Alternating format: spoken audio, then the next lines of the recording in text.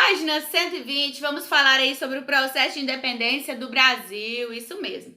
Bom, vamos entender que às vezes a gente fala assim, a independência do Brasil foi só o Dom Pedro foi lá e proclamou a independência e pronto, o Brasil já estava independente. Não, pessoal, não foi bem assim não, né? Desde a chegada aí da família real nas terras que hoje formam o Brasil, a família real, né, e a administração de Dom João VI, ou seja, o rei de Portugal, não agradou todo mundo que vivia nas terras que hoje formam o Brasil, não, né? Então, a gente sabe, a gente vem estudando aí nas nossas aulas de história que as pessoas aqui, né, que moravam nas terras que hoje formam o Brasil, elas pagavam muitos impostos ao rei de Portugal. Tudo que elas plantavam, tudo que elas produziam, uma parte ia para o rei de Portugal. Fora, né, que as pessoas tinham que obedecer, todos os moradores, né, toda a população tinha que obedecer às leis que o rei de Portugal colocava, né? Então, tudo que o rei de Portugal falava, as pessoas tinham que obedecer, né? Então, as pessoas que viviam aqui já queriam a independência do Brasil há muito tempo, já não estavam aí satisfeitas com a administração do rei de Portugal e já queriam aí, ó, a separação de Portugal e Brasil, né? Ou seja, já queriam a independência do Brasil. Certo? Então, quando Dom João voltou para Portugal, uma das coisas que ele falou para o seu filho foi: olha, você deve ficar no meu lugar e impedir a separação entre o Brasil e Portugal. Você não pode deixar essa separação acontecer. Só porque não foi bem isso que aconteceu.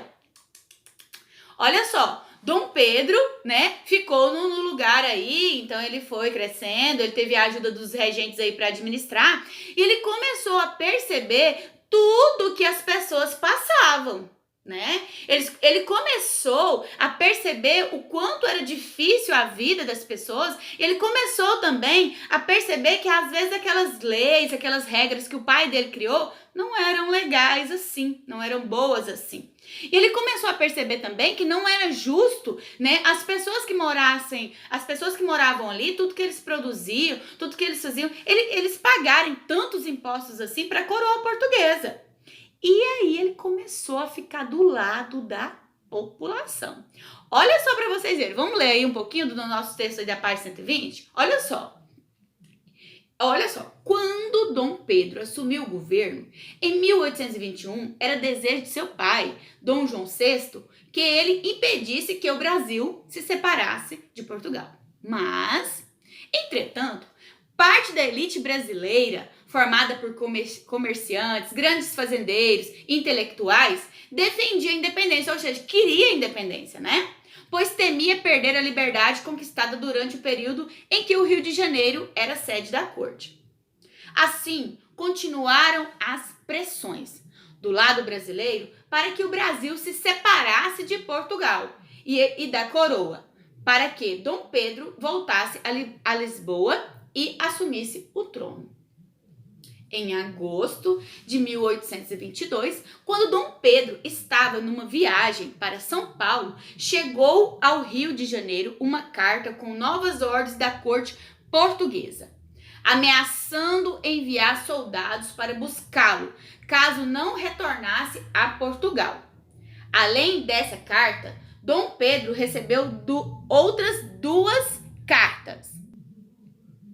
Uma de José Bonifácio, político influente, ministro do rei, e outra de sua esposa, a princesa Leopoldina, que incentivavam a proclamar a independência do Brasil.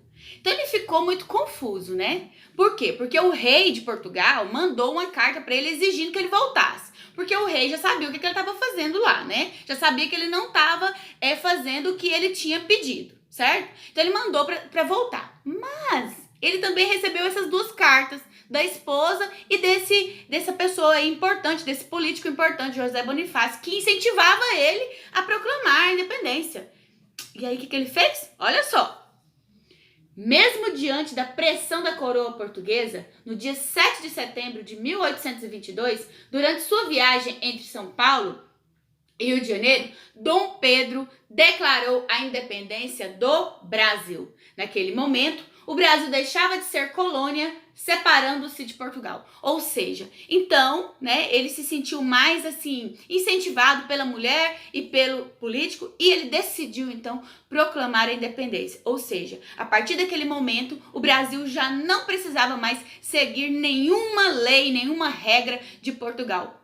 Já teve aí, aconteceu então a separação entre Brasil e Portugal. Então agora na página 121, vamos entender aí como que foi esse processo do Brasil independente? Será que aconteceu tudo? Será que tudo estava bom? Ou será que nem não foi bem assim essa história? Como que será que foi? Vamos entender aí na página 121? Então espero por vocês na próxima videoaula.